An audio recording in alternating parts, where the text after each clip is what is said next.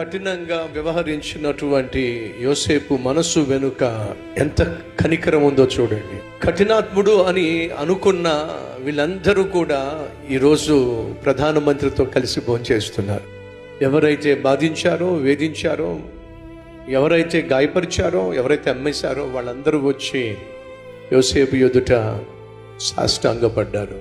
ఆ తర్వాత బహు అద్భుతమైనటువంటి టర్నింగ్ పాయింట్ ఉంది. ఇంతకీ బెన్యామీను తిరిగి వెళ్ళాడా, లేకపోతే యోసేపు బెన్యామీనుని అక్కడ ఉంచేసుకున్నాడా? అసలు ఏం జరగబోతుంది? ఇంతటితో కథ ముగుస్తుందా, లేకపోతే కథ మలుపు తిరుగుతుందా? అద్భుతమైన మలుపులతో యోసేపు తన సహోదరుల యొక్క బాగును కోరి ఏ విధంగా వారిని పరీక్షించాడో, పరిశీలించాడో, అంతేకాకుండా పరివర్తన తీసుకొచ్చాడో, ఆ తరువాత ఏ విధంగా తన కుటుంబం అంతటినీ కూడా పోషించాడో, అద్భుతమైన సందేశం, అలాగే అద్భుతమైన